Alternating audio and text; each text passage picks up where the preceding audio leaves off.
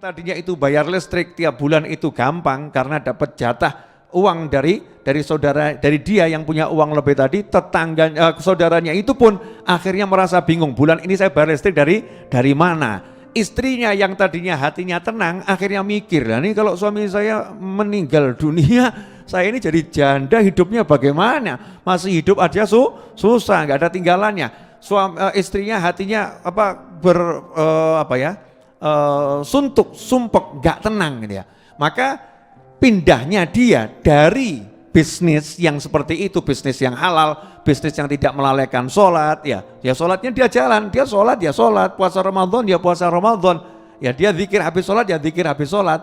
Tapi dia tuh waktunya lebih banyak untuk kerja, bisnis, cari uang. Tapi karena ketemu Abah Edwin ya, Mas Anna, Mas Agung lihat begitu, setan masuk, akhirnya ditinggalkan semuanya, dia beralih pada baca Al-Quran, zikir, wirid, pengajian, dari satu musola ke musola yang lain. Maka sikapnya ini itu bukan satu hal yang baik, itu sebetulnya bagian dari syahwat, keinginan yang gak baik yang tersembunyi.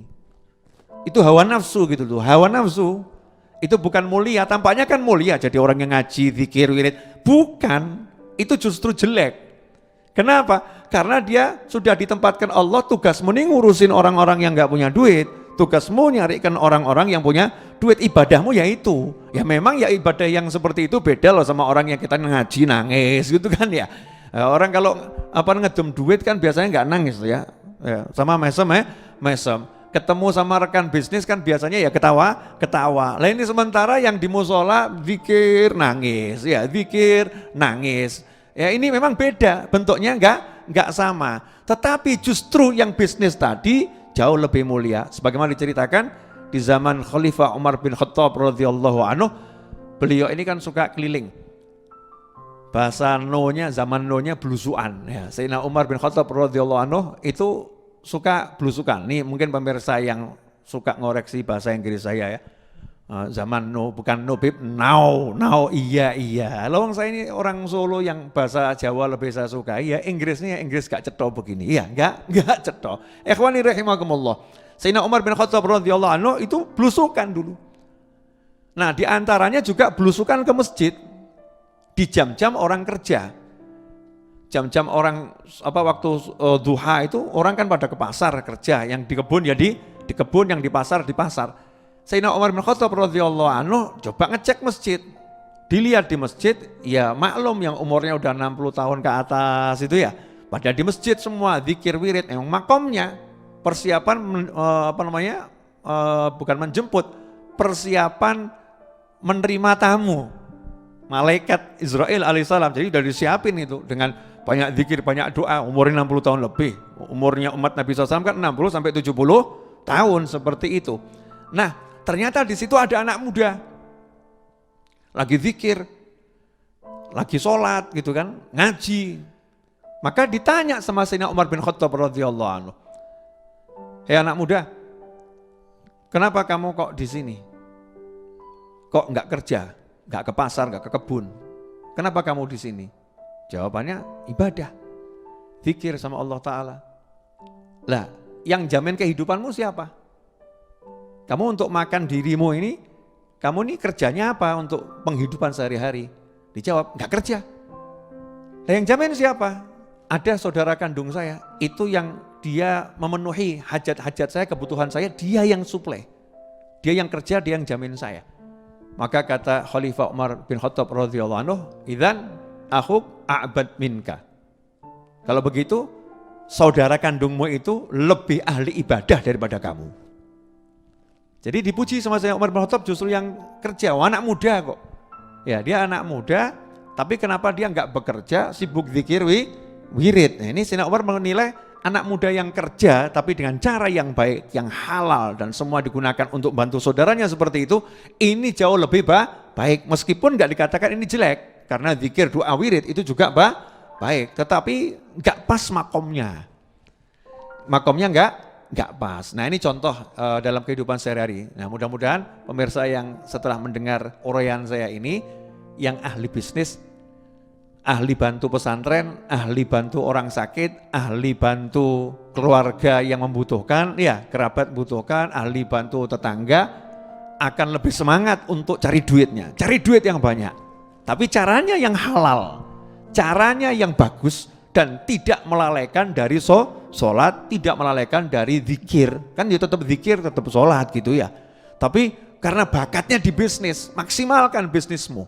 Biar jadi sahabat yang punya harta yang banyak itu. Seperti sahabatnya Nabi Muhammad SAW.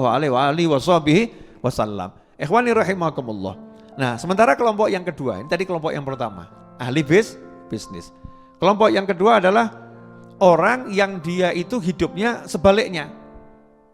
Jadi memang bakatnya itu cari ilmu, bakatnya nyantri, bakatnya ada keahlian di situ, ada kelebihan di situ. Dia ini kalau belajar tuh cepet nangkep, nerangkan ke orang juga orang cepet paham, bakatnya di situ. Dan tidak usah jauh-jauh lah, misalnya saya, ya kan alhamdulillah saya kan ngajar ini ya, ngajar.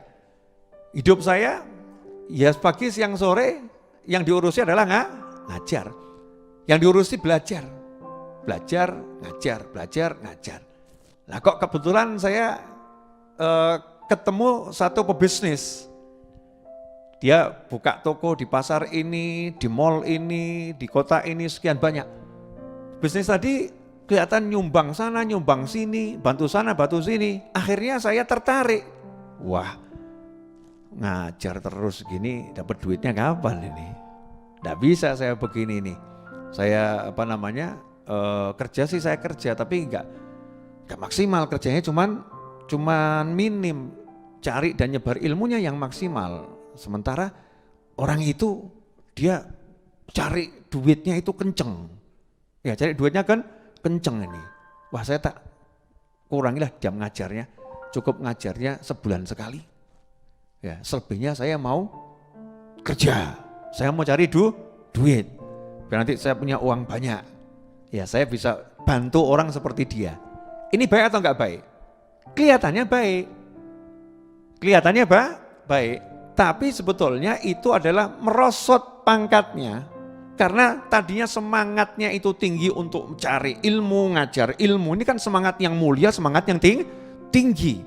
Dan dimudahkan di situ oleh Allah Subhanahu wa ta'ala. Udah dikasih sama Allah yang enak, yang pangkatnya tinggi, kok milih ruwet sama dunia gitu loh ya. Ruwet sama dunia. Maka ini kemerosotan yang luar biasa.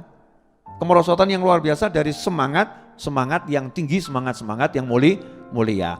Nah pemirsa dimanapun Anda berada, kalau saat ini memang Anda dimudahkan untuk cari ilmu, dimudahkan untuk mengajar, ya maka ya mengajarlah dan cari ilmu lah. Jangan ikut-ikut sama orang yang menghabiskan waktunya untuk cari dunia.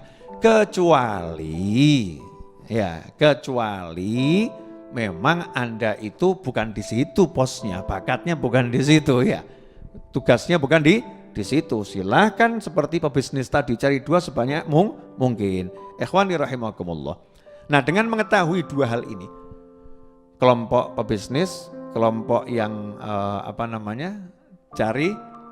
cari duit ya, sama aja toh ya, pebisnis dan orang yang memang hidupnya sholat, zikir, wirid, bagaimana harus menyikapinya, maka kita nanti tidak akan jadi orang yang derajatnya turun.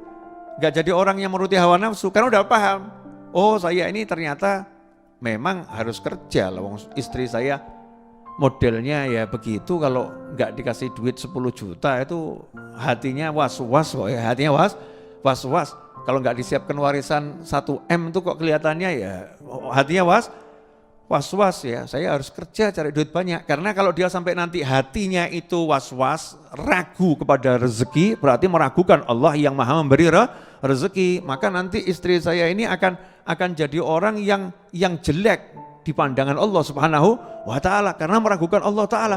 Dan itu gara-gara saya, wah nanti saya berdosa, udah saya akan maksimalkan kerja saya. Ikhwani rahimakumullah. Karena itulah para ulama kalau mau menikah itu milih istri, gak sembarangan. Nomor satu apa? Ya seperti gini loh, kalau ada orang mau menikah dengan PNS yang memang tugasnya itu akan dipindah-pindah. Pasti nomor satu dikasih tahu, saya PNS loh. Saya ini nanti tinggalnya di mana, itu tergantung tuh tugas. Ditempatkan di mana ya saya harus siap. Lah kamu nanti kalau jadi istri saya siap enggak ditempatkan di tengah hutan gitu, kira-kira siap enggak? Nah kalau kamu enggak siap ya jangan. Walaupun kamu sangat mencintai saya sangat mencintai kamu, jangan seperti itu, enggak bisa. Kita nanti akan enggak bagus gitu ya. Tapi kalau kamu siap ya ayo, kan begitu. Nah para ulama ketika akan menikah juga cari orang-orang yang siap untuk diajak hidupnya hanya ngurusi akhirat, seakan-akan gitu kan ya. Zikir, doa, wirid, ngajar, ngaji. Zikir, doa, wirid, ngajar, ngaji. Jangan keluh kesah urusan dunia. Harus siap gitu. Nah, kemudian kalau memang dapat yang seperti itu, ya wis, nyaman saja. Berarti kan sudah siap ini. Istrinya siap, suaminya siap, anaknya juga siap. Maka ini adalah gerbong yang nanti akan cepat sampai Allah Subhanahu wa ta'ala. Contohnya, ayahnya Habib Ali bin Muhammad bin Husain al-Habsyi. Habib Muhammad bin Husain al-Habsyi. Ya, Habib Muhammad bin Husain al-Habsyi rahimahullah, beliau adalah ayah dari Habib Husain bin Muhammad al-Habsyi Mufti Haramain. Habib Muhammadnya ini Mufti Haramain, punya putra Habib Husain Mufti Haramain. Habib Husain punya murid diantaranya Mbah Hashim Asy'ari dan Mbah Khalil al-Bangkalani diantaranya. Ya, artinya ini Habib Muhammad adalah guru besar Mufti Haramain yang luar biasa. Punya istri namanya Hababah Alawiyah. Ya, Hababah Alawiyah.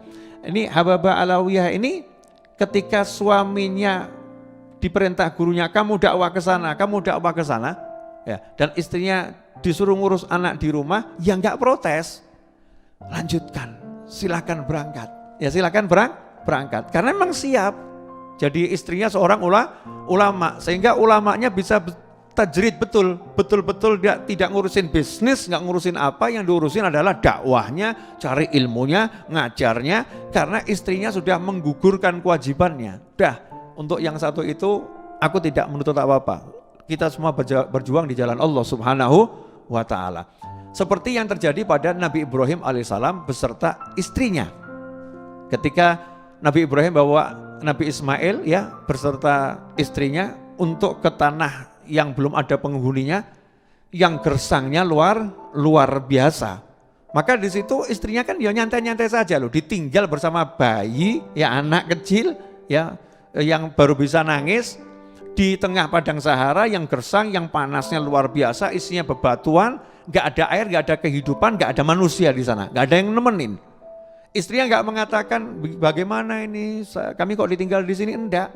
Silahkan wahai suamiku, ini perintah Allah, maka Allah akan ngurusi kami. Masya Allah. Ini manusia-manusia yang betul-betul udah tajrid, nggak ngurusi asbab duniawi. Sebab-sebab dunia ini sudah nggak ada dalam benaknya, pikirannya. Yang ada Allah dan Allah. Nah tapi sekarang ada orang yang gaya, saya nggak akan usaha, saya akan sholat saja, zikir saja, wirid saja. Begitu istrinya ngeluh, gas habis, stres. Ya, terus akhirnya ngontak ustadz yang lain. Itu sholawatnya udah saya baca kok rezeki nggak turun-turun ya, Masya Allah. Kelihatannya sholawatnya kurang mandi itu ya, kurang cespleng. Kita beralih ke sholawat yang lain. Diajari sama ustadz yang lain ya, tambah ini istighfar. Tambah istighfar. Istighfarnya udah saya kencengkan, tapi ini buat beli beras aja nggak dapat nih, gimana ini, Masya Allah. Nah, ini model begini ini ya, ini termasuk orang yang pangkatnya anjlok gitu loh ya, pangkatnya anjlok. Dia mengira dengan zikir, doa, wiridnya dia yang banyak tadi itu, dia udah masuk kelompok wali-wali, orang yang luar biasa. Sebetulnya enggak, dia jatuh dari semangat yang tinggi. Makanya kita hati-hati. Jangan gara-gara kemudian dipecat dari kantor ya, akhirnya pergi ke musola, duduk silo di situ cuman zikir, wirid. Itu hal yang baik zikir wiridnya, bukan enggak baik. Zikir, wirid. Nah, sementara temennya yang lain yang dipecat, cari kantor yang lain, cari kerja yang lain dan lain sebagainya. Dia putus asa, males. Saya tak jadi orang ahli ibadah saja ya. Ini bukan orang ahli ibadah, ini orang malas ibadah. ibadahmu bukan 24 jam di masjid. Ibadahmu adalah cari nafkah untuk anak dan istrimu. Karena anakmu akan nangis, istrimu nggak kuat kalau disuruh hidup tanpa ada penghasilan.